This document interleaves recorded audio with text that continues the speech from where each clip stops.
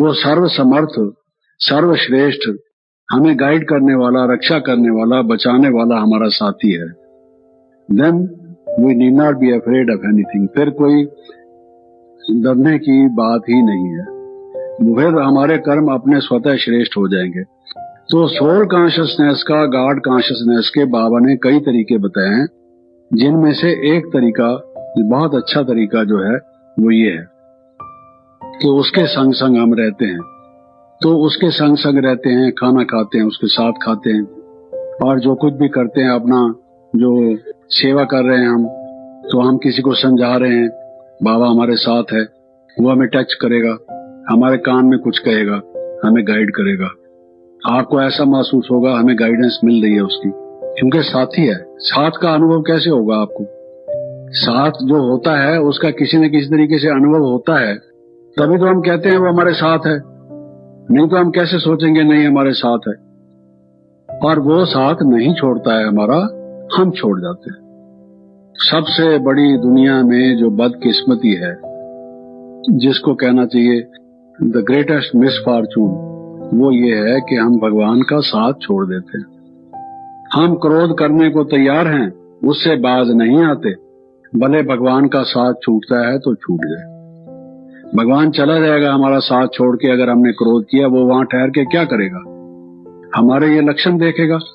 वो तो कहता है हियर नो इविल, वो हमारे क्रोध के इविल वचन सुनेगा, क्या पड़ी है उसको टाइम वेस्ट करने की? वो हमारे साथ रहेगा या भाग जाएगा, उड़ जाएगा? यहां से रहेगा हमारे साथ। हम गलत काम अगर करेंगे, इसका मतलब ये हुआ भगवान को हम कहेंगे भाई अब तू जा, अब हमने दूसरा काम करना है। अब तू अगर रहेगा तो हम वो काम कर नहीं सकते, तेरी छुट्टी है। यही चाहते हैं हम।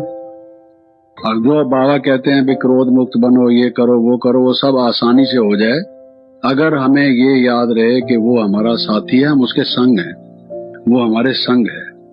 एक बात ये याद रहे तो कितना परिवर्तन हमारे में शीघ्रता से आ जाए, लेकिन इसको हम भूल जाते हैं। तो ये बात हमारे ध्यान में रहे।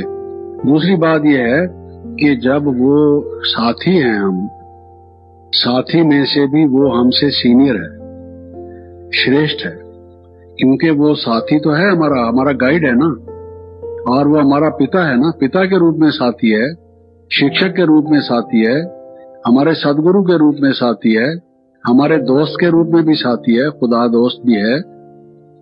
ये सब संबंधों के साथ कारण से हमारा साथी है। तो अगर वो हमारा साथी है, हम उसकी बात मानेंगे नहीं, तो कहेगा भाई ठीक है, ये देख ये चौरस्ता आ गया है, तुम्हारा हमारा साथ अब निभेगा नहीं, तुम्हारा लफड़ा कुछ अलग है, हमारा कहना कुछ अलग है, तू इधर जाना है कि इधर जाना है ये बता, तूने जिधर जाना है जा, मैं फिर दूसरा रास्ता लेता हूं, तेरा मेरा बनेगी नहीं, मैं तेरे साथ नहीं चलूंगा। क्यों भाई, क्या हो गया? तेरे को जब मैं कहता हूं तो सुनता तो है नहीं, फिर मेरे साथ चलने की जरूरत क्या है? Why you need me, why should I go with you? आपके साथ में क्यों चलूं? कोई हमारा मेल मिलता नहीं, बात मिलती नहीं, आपस में विचार मिलते नहीं, कहना तुम सुनते नहीं, ऐसे ही हम बुत बन के तुम्हारे साथ चलेंगे क्या? आपके साथ कोई चले तो आप कहेंगे मैं तुम्हारे कोई हाथ की लाठी हूं क्या, तुम्हारी छड़ी हूं? Why should I go with you? You go alone, आप अपना रास्ता लो, मैं अपना रास्ता लेता हूं। तो वो हमारा साथी तभी बनेगा ना जब हम उसके साथ, उसके बताए हुए, उसके अनुसार चलेंगे। तो उसके लिए ये जरूरी है कि हम उसके प्रति समर्पित हों, वो तब हमारा साथी है। ये हमारी उसकी कंडीशन है। अगर हम समर्पित बुद्धि नहीं है, हमें वो टच करने का अधिकार वो हम उसको नहीं देते, उसको ये गाइडेंस हमसे हमें वो दे, उसका अधिकार हमें नहीं देते, वो हमें ब्लेस करे ये अधिकार हमें नहीं देते, तो फिर हम कैसे चलेंगे? तो जो हमारा इंट्रोडक्शन देते हैं, बहनों का इंट्रोडक्शन देते हैं, वो कोई भी जिज्ञासु आता है तो क्या कहते हैं? दो बातें कहते हैं, आपने सुना हो, ध्यान दिया होगा, आपका कईयों ने परिचय दिया होगा, ये बहन समर्पित है, इतने साल से समर्पित है। समर्पित का अर्थ जानते हो? समर्पित किसको कहा जाता है? समर्पित का क्या मतलब होता है? और दूसरा कहते हैं जी ये इस सेंटर को संभालने के निमित्त है, कहते हैं ना, वो जिज्ञासु भाई लोग, घर गृहस्थ में रहने वाले लोग, जब बहन जी का परिचय देते हैं, किसी को लेकर आते हैं शिकार को पकड़कर, बाबा की भाषा में, कि बहन जी इसका शिकार करो, तो वो क्या परिचय देते हैं कि ये बहन समर्पित है, सेंटर को संभालने के निमित्त है। तो ये निमित्त और समर्पित, ये हमारे ज्ञान के बहुत ही गहरे शब्द हैं। हमारा अपना व्याकरण है, अपना हमारा शब्दकोश है, और अगर उस भाषा को हम समझते नहीं तो भाव को कैसे समझेंगे। तो ये बातें पूरी तरह से समझ लीजिए कि आप कौन हैं। हमारे लौकिक माँ बाप रिश्तेदार सब समझे बैठे हैं बहन जी समर्पित हैं, और बहन जी का मन घर में है। चलो शरीर से तो नहीं भाग रहे मेरी तरह से, लेकिन मन अगर घर में है या कहीं इधर या उधर है तो वो बैठे हुए वहां हैं और वो छोड़ गए उनको यहाँ। ये क्या समर्पित है? इसको समर्पित कहा जाएगा। अगर दुनिया की चीजें हमें चाहिए, अगर वही हमारे नाज़ो अंदाज हैं, वही हमारे नखरे हैं, वही चीजें हमें खींचती हैं, वही आकर्षण हमारे रहे पड़े हैं, तो उसको समर्पित कहते हैं। तो परमात्मा हमारा साथी पूरे रूप से तभी बनेगा, चाहे वो कोई घर गृहस्थ वाला हो या जिसको हम समर्पित कहते हैं।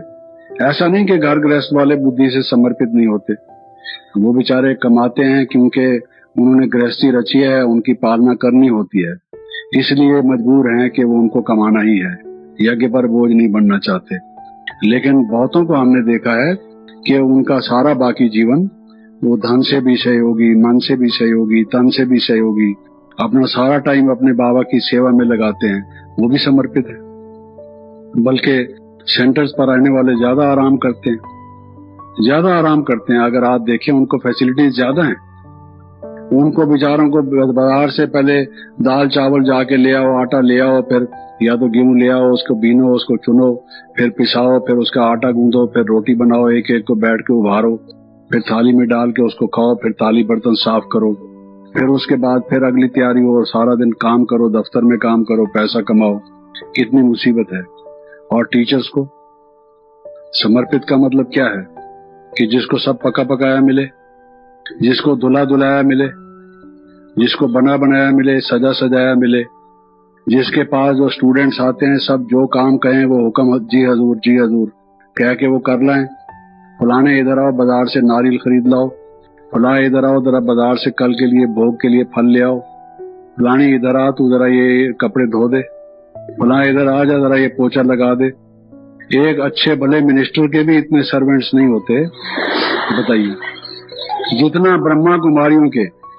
और वो सर्वेंट्स ऑर्डिनरी नहीं, जज, वकील, डॉक्टर सब सर्वेंट। बहन जी जो कहे, बहन जी चल रही है ऐसे।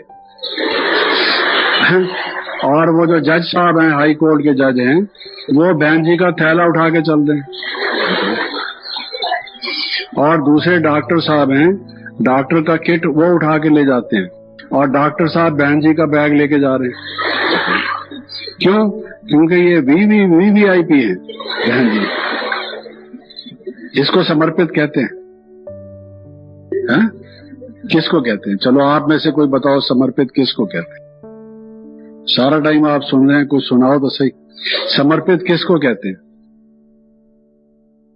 आप सोचिए, अगर हम यज्ञ के प्रति, शिव बाबा के प्रति, सेवा के प्रति लोगों ने जो कुछ दिया अपने ऊपर खर्च करते चले जाते हैं और सब फैसिलिटीज अपनाते हैं, और जो सेंटर्स बनाते हैं यज्ञ के लिए, जो भाई बहन समझते हैं कि हमारे यज्ञ, हमारे क्लासरूम अच्छा हो, हमारे बैठने उठने का स्थान ठीक हो, सेवा के लिए देते हैं बनाने के लिए, और हम समझें ये हमारा आश्रम है, हमको यहाँ से कोई हिला नहीं सकता क्योंकि हमने बनाया है।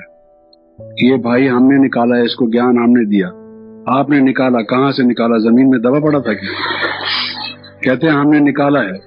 अगर वो भाई समझे, कहेंगे बहन जी हमारे लिए निकाला कह रही हैं, मैं कहाँ कोई चूहेदानी में फंसा हुआ था जो मुझे निकाला है? कहाँ से निकाला है? हमारे शब्द भी अजीब हैं। कहते ना इसको पकड़ो पकड़ो, तो वो बेचारा समझता है ये पकड़ के क्या कचूमर ना निकाल दे हमारा, क्या पकड़ेंगे? भाषा ही अजीब है।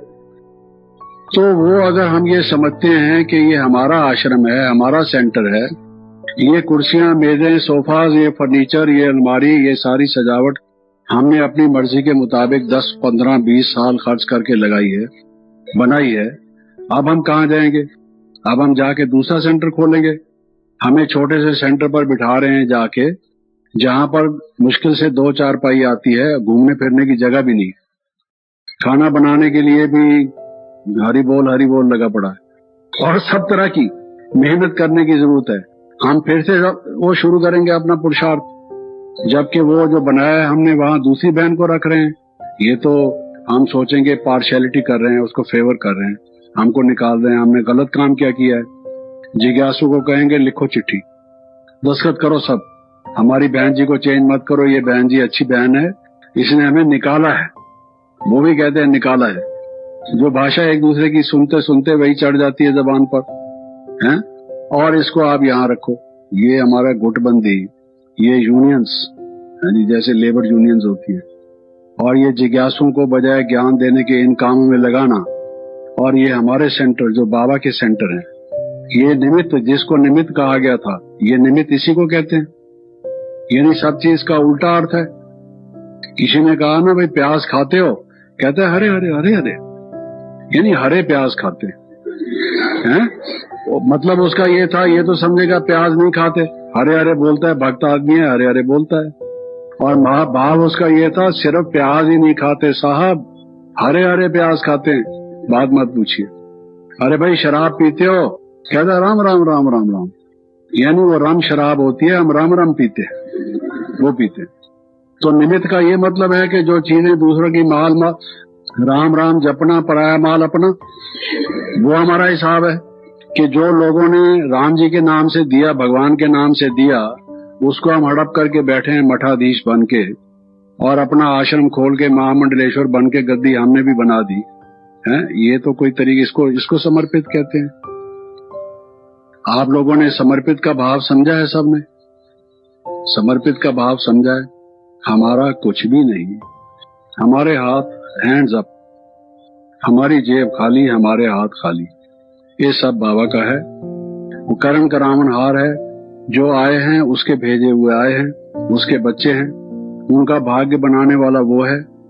हम निमित्त हैं, हमसे जो सेवा हुई है उसका भाग्य हमें मिलेगा। हमारा कुछ भी नहीं। जिस समय हमें हुक्म मिले कि यहाँ से जाओ, दूसरी बात करने की जरूरत नहीं, वहां से फौरन जाओ। That's all. Let us not repeat it, दूसरी दफा कहने की जरूरत ही नहीं होती। अगर देवता बनना है तो देवता को कहते हैं इशारा काफी, मनुष्य को कहना पड़ता है, देवता को इशारा देना पड़ता है। ये बड़ों का काम है, जिसको जहां रखना हो कोई कारण होंगे, वो जानते हैं हमें क्यों भेज रहे हैं। शायद वो हमें ये समझते हैं कि ये योग्य है, जैसे इसने यहाँ सेंटर जमाया है, वहां सेंटर ठीक नहीं चल रहा है, ये वहां जाएगी तो बाबा की सर्विस को बढ़ाएगी, और हम सोच रहे हैं कि हमें पनिश क्यों कर रहे हो, हमें वहां क्यों भेज रहे हो। अरे आप पे उम्मीद रख के बाबा ने आपको ये नया मौका और दिया है। जैसे यहाँ आपने हरियाली की है, वहां भी जाकर ये फूल उगाओ, बगीचा बनाओ बाबा का, तो बाबा की कितनी आपके ऊपर कृपा होगी। और हमेशा सब ये कहेंगे कि ये प्रॉब्लम को सॉल्व करने वाली है। जगह जगह आपकी डिमांड होगी, कहीं भी होगी, आप एक्सपर्ट होंगे, और आप यहाँ बैठ के आराम से आकी बाकी उम्र ऐश करना चाहते हो, अभी से रिटायर्ड लाइफ हो गई, ये गलत है। तो समर्पित जिसको कहा जाता है, मेरा कुछ भी नहीं, मैं स्वयं जब बाबा की हूँ तो मेरा बाकी क्या है, ये सब बाबा का है, क्योंकि मैं स्वयं बाबा की हूँ। मेरे एक बाबा, दूसरा न कुछ न कोई। तो हमेशा हम उपराम रहें, हमारा मन जैसे भी हो। आपने देखा होगा हनुमान के पांव दिखाते हैं, दोनों पांव कभी भी आप उसके जमीन पर नहीं देखेंगे, ऐसे खड़ा होता है या ऐसे खड़ा होता है, एक पांव उठा रहता है, चलता रहता है। तो वो जो भी परिव्राजक जिसको कहा जाता है, भाई ब्रह्मा ने संतान रची, वो परिव्राजक थे, एक जगह पर बैठने वाले नहीं थे। गंगा एक जगह पर बैठती नहीं, जाती है भारत में एक जगह से दूसरी जगह, सबको हरियाली बनाते हुए। तो अगर हम ये समझें कि हमारा कर्तव्य ये नहीं है, तो आप देखिए कि आप पर बाबा की कितनी उम्मीदें हैं। वो आपका साथी बनने को तैयार है, आपके संग संग रहने को तैयार है, लेकिन उसके बताए हुए कुछ बातें हैं, उनको आप पालन करेंगे तो आपको नित्य ऐसे नए अच्छे घनिष्ठ श्रेष्ठ अनुभव होंगे कि कैसे आपका साथी है। सिर्फ कहने मात्र नहीं, आपको यही महसूस होगा कि बाबा ने कैसे हमारा साथ दिया, हमें कैसे बचाया वक्त पर, कैसे गाइडेंस दी। जो बात हमारे मन चित्त में नहीं थी उसने हमें टच की, और जो अनुभव हमें पहले नहीं थे अब वो नए नए अनुभव कराए। आपको चाहिए क्या?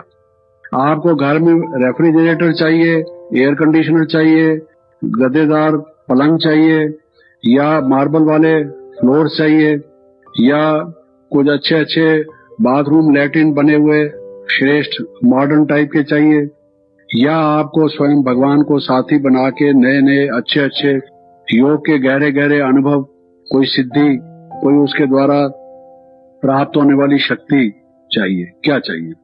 Decide for yourself. एक तरफ वो चुन लो क्या चाहिए।